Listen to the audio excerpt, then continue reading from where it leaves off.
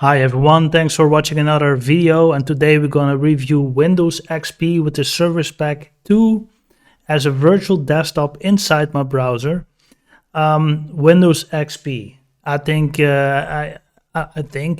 I'm sure. I have great memories about this operating system. This was the first of a new kind for the new millennium. So this came on my laptop when I bought a laptop in 2003. This was already out for a while, and I think I also had the Service Pack 2. So that was quite of a stable version back then. I loved XP. It was great. It was the beginning of a lot of things. I have a background in IT, and this is really when I really started to understand computing, networking, the internet, stuff like that. So I have a fond memory of this. In 2001, I was 16, so my memory is getting better and better when it comes towards this current stage. But without further ado, let's go in here. So straight out of the box, and this is actually how it looked like stock. We had Internet Explorer, you had your email, Outlook Express application, Amazon Explorer, which was Microsoft Network. So you had your news. You could personalize your news depending on the area or continent you're from.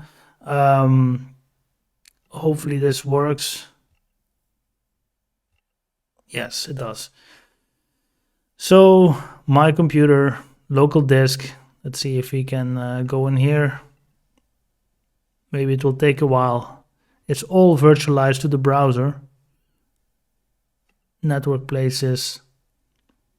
Shared, setting up a wireless network for a home or a small office. So this is also when Wi-Fi became more common ground. Network connections. So what kind of network interface cards that you had? You had a ISP connection. Is it firewalled? We also had firewall, Microsoft firewall coming in here. Here, Microsoft Windows firewall settings. On, don't allow, off. It was nice that it came with firewall, but you had all these kind of different programs like Zone Alarm, which was more advanced because every time your computer tried to make a connection to some servers or other computer on the internet, it asked you allow, you want to block it, you want what do you want to do with this? And also it lists all the executables of applications that wanted to make a connection somewhere else.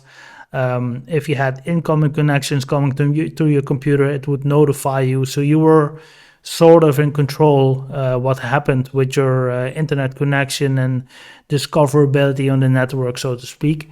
So yeah, it takes me back because this is also the time that I started understanding the fundamentals of a firewall and things like that.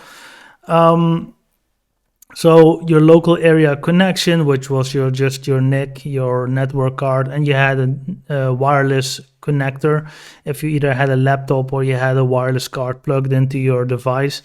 Yeah, it looks great. It really takes me back. Oh, that's something else here. Yes, let's see here. It is the taskbar. I'm sorry, guys. This is not really working the way I want it. But it's because it's running inside a browser. In 2021, that's all possible. Let's go to the control panel. Yeah. It just takes me back. It does. We just covered networking, security center. Well, I'm a security guy, so firewall, it's on, great. Automatic updates, great. Virus protection out of the box, it's on. So this is all due to the fact that in the late 90s, more and more computer viruses start going around, being spread around mostly by email programs. We also had some malicious websites. Of course, this is the height of peer-to-peer networking and torrents, where it was just the wild, wild west on the internet when it comes to piracy of files and copyrighted material. And so it was good to have some sort of protection going on straight out of the box. So we thank Microsoft for that. but it was in no way it was very effective helping you dealing with problems. No, it was not at all. But this really marks the beginning of that. And since Windows had such a great market share, for hackers, it really means like if I write a program, I want to make sure that I affect as much systems as I can possibly do that. And XP was on, yeah, this is just, I think it was on, now between 85 and 95% of all computers came with Windows. So especially back then, of course, we had Linux going on in the background, but by this time, the early 2000s, it was nowhere near what Windows offered you. And I'm not saying that Windows is a perfect product, but when just straight out of the box, it makes a lot of sense. The graphical user interface is quite intuitive. And XP was just a big improvement over Windows 2000, and Windows 2000 itself was very good. But you could just see that Windows 2000 was a product of the 90s, of the late 90s, and that was not bad. But this was really the operating system for the early 2000s up into the late 2000s, because by the time when Windows 7 came around, it was 2009. So this operating system had a long run, and I think it even went to Service Pack 3 eventually. Let's see if we can go in here, display, see if we can look at some themes, because that always takes me back. It doesn't work. Change the desktop background, see if this works. Also don't work. Yeah, it's just a limited version of Windows XP. Here we have MSN. Let's see if we can do anything with that. Of course we can't. Now it's gone. Okay, now let's see what else we can show you.